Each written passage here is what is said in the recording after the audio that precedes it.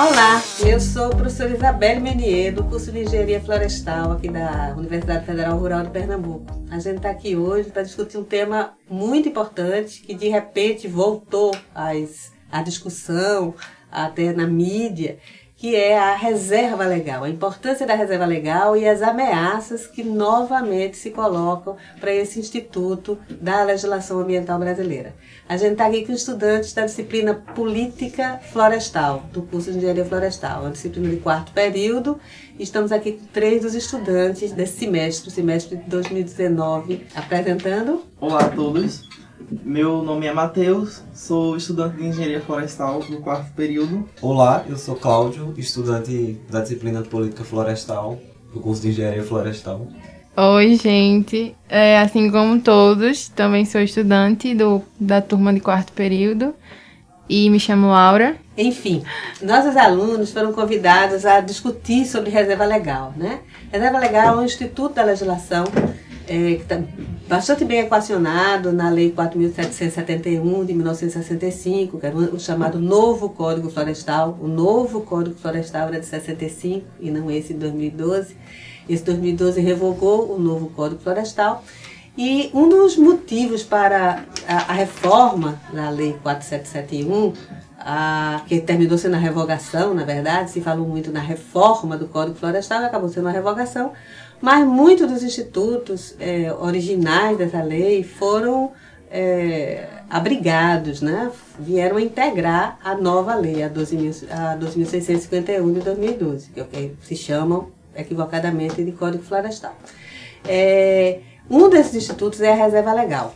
Reserva legal é uma chamada limitação administrativa do direito de propriedade. Por que a lei pode fazer isso? Porque desde a Constituição há essa recomendação, digamos, esse ordenamento sobre a função socioambiental da propriedade, seja ela rural, seja ela urbana.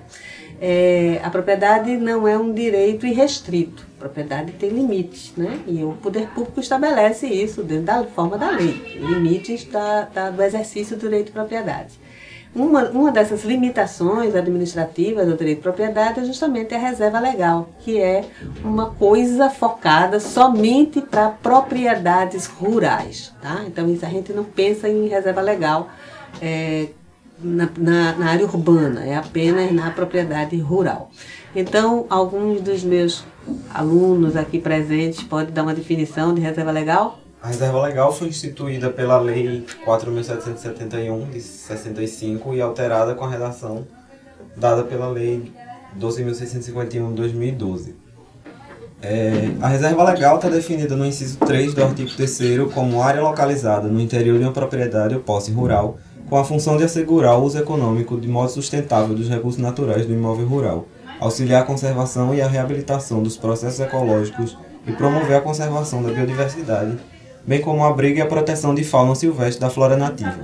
Muito bem, então a gente vê que na definição, que teve uma pequena alteração da Lei 4771 para agora, que é a questão do uso econômico, a reserva legal, na verdade, é uma estratégia de uso da propriedade rural, né? Agora, um uso, usando aquela palavrinha mágica, tão falada e tão pouco praticada, o uso sustentável, né? O uso que a gente possa permanecer, usar o produto e serviços, mas permanecer com a cobertura vegetal em uma parte da propriedade rural. Os percentuais de reserva legal em cada região, em cada bioma brasileiro, estão divididos em 80% em área de florestas na Amazônia Legal, 35% no Cerrado da Amazônia e 20% nas demais áreas, que são Caatingas, Pampas, Cerrado. E também vale ressaltar uma coisa, quando a gente fala Amazônia Legal, a gente está lidando com os estados do Acre, Pará, Amazonas, Roraima, Rondônia, Amapá e Mato Grosso. Então, a área de reserva legal varia de acordo com o bioma e com a formação. A única área de reserva legal que tem 80%, que é definida como 80%, é na área de florestas da região amazônica, né? A chamada Amazônia Legal. No restante, você tem 35% nas áreas de cerrado na região amazônica. nas regiões extra-amazônicas a área de reserva legal é 20%. Assim como dentro da própria Amazônia Legal, em áreas que não sejam nem de florestas nem de cerrado, nas áreas de campo. Tá? Então, qual é a grande polêmica? A grande polêmica sempre foi esses 80% na Amazônia. Na verdade, o Código Florestal de 1965 estabeleceu uma cota de 50%. E depois, bem depois, uma medida provisória passou para 80%. Realmente isso houve uma fragilidade jurídica aí, porque uma medida provisória não poderia ter essa função, esse poder. Na época, a medida provisória, quando não votada, ao contrário de hoje, ela permanecia valendo. E foi isso que aconteceu. Se incorporou uma restrição, né, uma ampliação da restrição, que não foi votada, que não houve que não passou pelo Congresso. Então havia uma fragilidade jurídica nessa reserva legal de 80%, quando do antigo código, da Lei 4.771. Hoje, não. Hoje isso foi aprovado, então a questão está pacificada legalmente. Mas muitos não aceitam essa ideia dos 80% de reserva legal na região amazônica. Então, é por isso que a gente veio conversar hoje aqui sobre um projeto de lei. O projeto de lei, Cláudio, pode falar um pouquinho sobre ele? É o projeto de lei de número 2362, de autoria do senador Flávio Bolsonaro, do PSL do Rio de Janeiro, junto com o senador Márcio Bittar, do MDB do Acre. Esse projeto de lei ele revoga o capítulo 6, que versa sobre a RL, na Lei 2.651, que é a Lei de Proteção da Vegetação Nativa. E a principal explicação que eles dão é que extinguir a reserva legal possibilitaria a exploração econômica destas áreas e uma consequente expansão da economia. O senador Márcio Bittar, que é coautor do projeto de lei, ele usa como argumento principal para embasar a fala dele de que a RL fere o princípio de direito à propriedade privada. Ele usa até que ela fere de morte o direito constitucional à propriedade privada. A impressão que se dá é que o projeto não é sério. O projeto é uma provocação, né? Tanto que ele revoga um capítulo, mas ele deixa os outros pedaços que dispõem sobre reserva legal em toda a lei, né? Na própria definição que foi lida há pouco tempo, após tudo quando fala sobre o CAR, né? Que é o Cadastro Ambiental Rural, que delimita, que é através do qual o proprietário informa, define qual vai ser sua reserva legal. Quer dizer, todo o resto que fala de reserva legal ficaria na lei. Ele só extingue um capítulo, quer dizer, como se fosse realmente uma provocação. Tá? Uma provocação que precisa, quer dizer, hoje dificilmente esse projeto vai ser aprovado. Tá? Dificilmente, eu não acredito nem que ele passe pela Comissão de Constituição e Justiça do Senado, que ele está agora lá, quer dizer, está na mão desse relator. O relator, acho que é o senador Roberto Rocha, né? Dificilmente ele vai ser posto em votação. Mas tem uma carga muito séria, que é justamente isso. Por que 2 senadores da República, né? Um deles do mesmo partido do presidente da República, ou seja, ligado à própria política ambiental, deve ser a política ambiental desse partido, que é o partido do presidente, por que eles fizeram isso, entende? Por que eles colocam um projeto tão absurdo, sem nenhuma justificativa? Na verdade, a justificativa tem erros absurdos, né? Confunde unidades de conservação, que é outra estratégia da política ambiental, com reserva legal, né? Usa dados incorretos, mistura alhos com bugalhos, nem define o que é reserva legal, ou seja, aparentemente ele nem sabe o que é reserva legal. Isso ficou patente, inclusive, numa recente entrevista desse senhor, do Márcio Bittar, com a jornalista Miriam Leitão. Ele simplesmente não sabe o que é reserva legal. Tá? Mas assim mesmo ele quer revogar todo um capítulo de uma lei recentemente aprovada, que já gerou muita polêmica, né? Mas assim mesmo ele quer revogar. Quer dizer, para mim ele não é como se fosse marcar território, né? Marcar território. Não, nós não aceitamos nada que caminhe para o uso sustentável do recurso, né? É um negócio bem esquisito mesmo. Sobre reserva legal, Quem de vocês quer falar o que é que a gente pode fazer numa reserva legal? Qual é o benefício de uma reserva legal para o proprietário rural e para o território de uma forma geral, né? Para toda aquela região, a bacia hidrográfica e até para todo o país. A reserva legal, primeiramente é bom a gente entender que ter um percentual de vegetação nativa numa propriedade, eles só tem a trazer benefícios, né? Tanto para o proprietário como também para toda a comunidade do entorno. O proprietário, ele se beneficia da reserva legal, tanto direta como indiretamente, né? Diretamente com a obtenção de produtos e subprodutos que ele consegue extrair dessa área, e indiretamente como benefícios, assim, melhoria da água, né? Diminuição do dióxido de carbono. E também é previsto pela lei a possibilidade do manejo sustentável. Então, o produtor ele vai poder extrair produtos florestais não madeireiros, como frutos, folhas e sementes.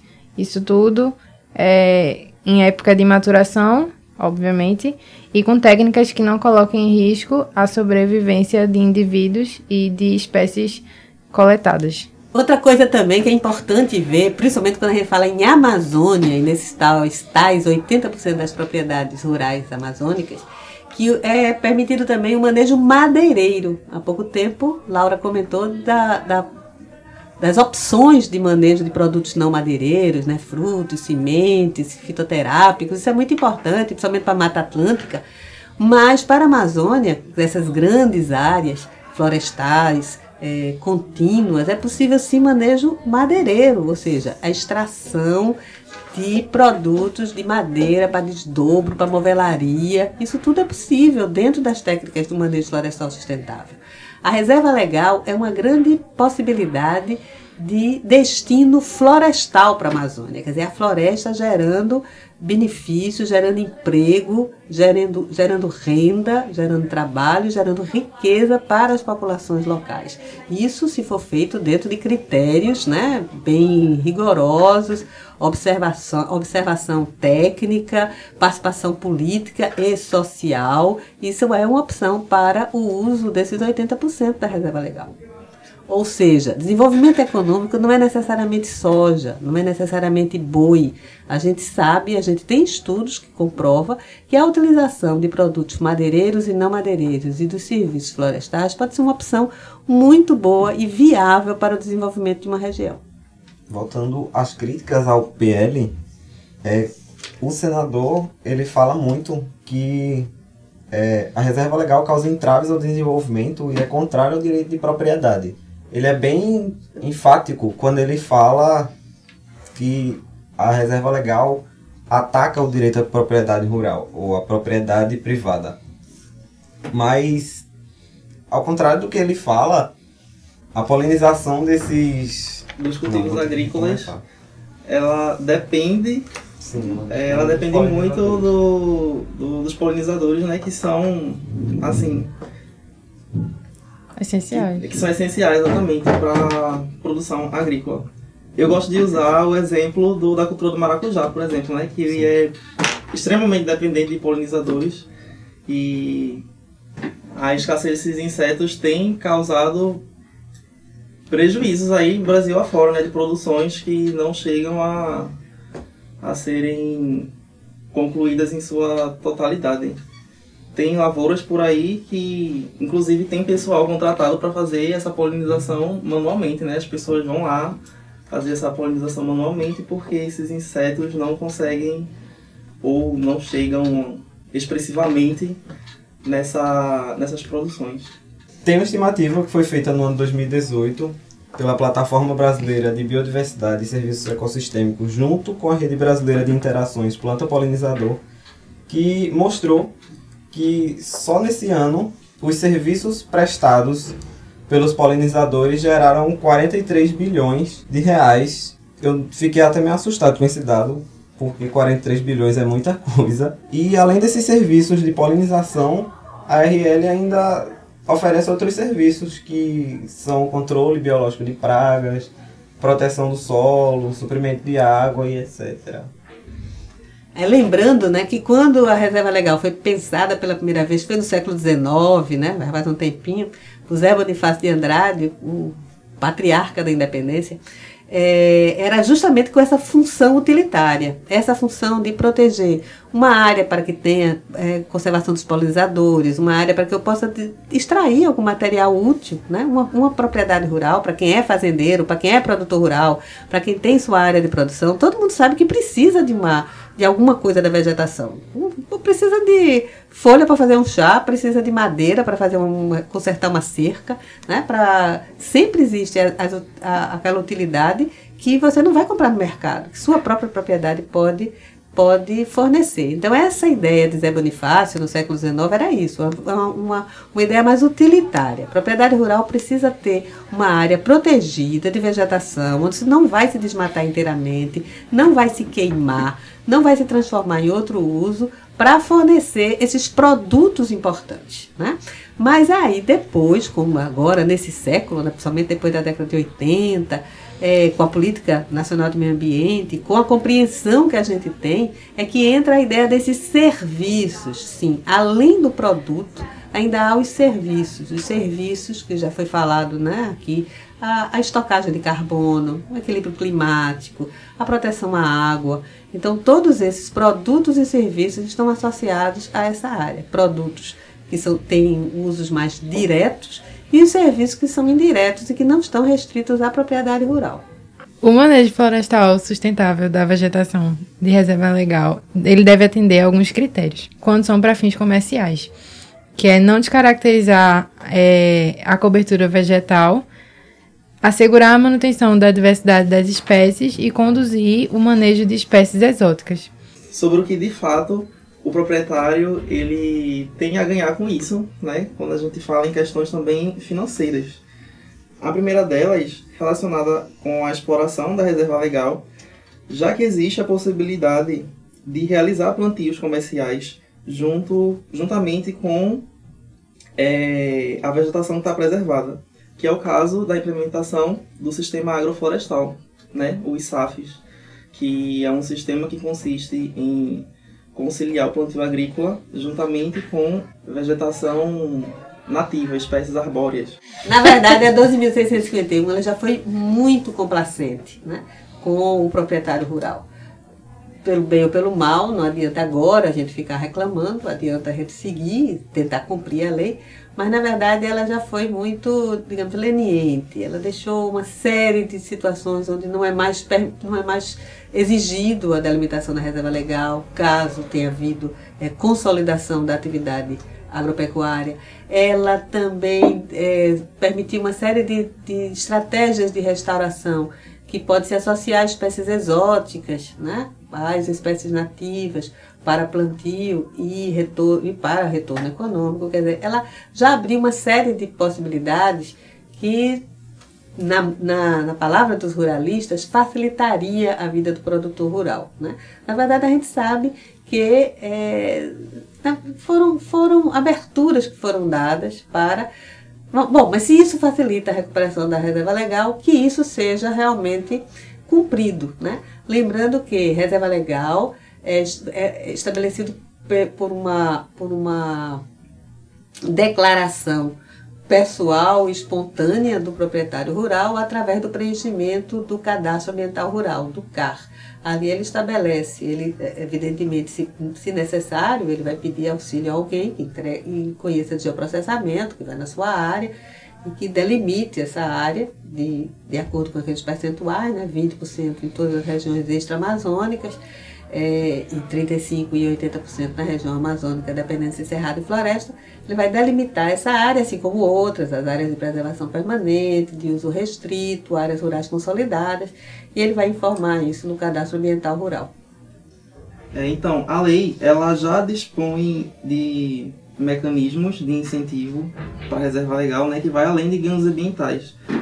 Uma delas é o Imposto sobre o Território Rural, que lá na Lei 9.393/96, né, no artigo 10º, parágrafo 1º, diz que se exclui do cálculo do imposto sobre o território rural as áreas de preservação permanente de reserva legal. Essas áreas que estão previstas na Lei 12.651/2012. Isso quer dizer que, considerando o tamanho total dessa propriedade, essas áreas elas são excluídas do cálculo do imposto. Além disso, o proprietário ele tem a possibilidade de certificar os seus produtos, né, mediante uma adequação ambiental da propriedade, né, que exige uma regularização prévia para que essa certificação ocorra. E isso tem como vantagem a valorização dos seus produtos que ele obtém, que ele produz em sua propriedade. Também o pagamento por serviços ambientais, né, o PSA, como uma forma de incentivo aos produtores que se propõem a desenvolver essas ações de conservação em seu ambiente produtivo. O pagamento por serviços ambientais tem uma finalidade assim, né, de reconhecer esses serviços que são prestados à natureza e à sociedade de forma gratuita, e permite que essas áreas que estejam prestando esses serviços elas sejam mantidas em benefício de todos. Então, após a gente ver todos esses benefícios da reserva legal para o proprietário rural, fica o questionamento de por que extinguir esse mecanismo e com qual justificativa. Quando o senador Márcio Bittar fala de ataque ao direito de propriedade privada, ele está se contradizendo porque a própria RL, ela com o passar do tempo, porque ela está na nossa Constituição desde 1934, que ela entrou com o decreto 23.793 e foi se mantendo. Ela no novo código, o de 1965, e foi ratificado em 2012, foi reafirmado em 2012. E com isso, com essa continuidade dela, com esse mantimento dela na nossa Constituição, ela foi incorporando alguns valores, como o de manter o bem-estar social das populações do entorno. Um dos senadores ainda falou que o Brasil preserva demais e comparou o percentual de área plantada no Brasil com o dos Estados Unidos. Só que quando você pega no Brasil, o percentual de áreas plantadas, ele não é uniforme em todas as regiões. Tipo, na Amazônia você tem 23%, na Mata Atlântica você tem 10%, e esse percentual vai só diminuindo de acordo com os biomas que você vai observando. Porque se você olhar na Caatinga, tem poucas áreas de preservação. Uma coisa que é interessante a gente ver na justificativa precária deste projeto, mas às vezes mais bem articulado em outros documentos, é o mito de que o Brasil preserva demais, né? Para começar, a palavra está equivocada. As áreas de preservação, elas são poucas. As unidades de conservação não necessariamente são para preservação, mas sim para conservação, o que implica em uso. Muitas das unidades de conservação que são usadas nessa tal conta para dizer que o Brasil preserva demais são unidades de conservação de uso sustentável, são áreas de proteção ambiental, as APAs, onde existem assentamentos humanos, urbanos, indústrias. Então, isso se escamoteia muito a verdade. A outra questão interessante é essa, quando se fala sobre a cobertura vegetal do Brasil, que realmente é expressiva e tem que ser, né? O Brasil foi abençoado por essas grandes áreas de florestas tropicais, de diferentes formações, com enorme biodiversidade, e isso é uma responsabilidade, isso é ao mesmo tempo uma dádiva, né, da natureza e ao mesmo tempo uma responsabilidade diante do mundo. Mas uma das questões interessantes de como se usa os dados de uma forma, se mistifica a partir dos dados, é quando se conta que os Estados Unidos, por exemplo, tem uma área florestal menor do que a do Brasil, de cobertura florestal. E eles excluem nessa conta as áreas florestais, as florestas nacionais americanas, que são usadas para a produção. E está correto. Os Estados Unidos tem um setor florestal muito forte, muitas áreas de florestas nativas, né, principalmente coníferas, florestas nacionais, são usadas para exploração, mas são considerados nessas contas como áreas agrícolas, né, áreas de produção. E nas nossas, onde a gente também tem um incipiente manejo florestal, através de concessões ou mesmo de áreas privadas, eles são usados como área natural, né? Então, uma coisa que conta no Brasil como área de cobertura vegetal não conta nos Estados Unidos. Então, isso mostra apenas a má-fé quando se usam os dados, né? Todos os dados podem servir para justificar argumentos os mais distintos, depende de como a gente usa. E a gente precisa ter o critério de olhar, realmente aprofundar o que é que esses dados querem dizer e quais são os interesses que as pessoas que usaram esse dado defendem. Para a gente, como futuros profissionais, na Amazônia, cerca de 80% das propriedades podem ser um campo de atuação.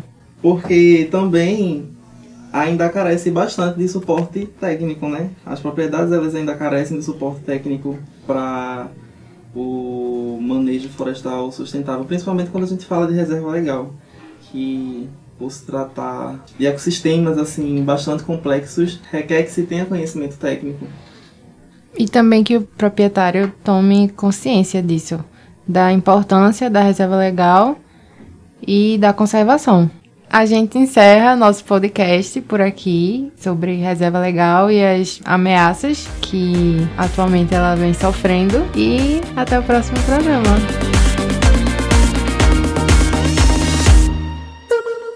Rádio Web Agroecologia.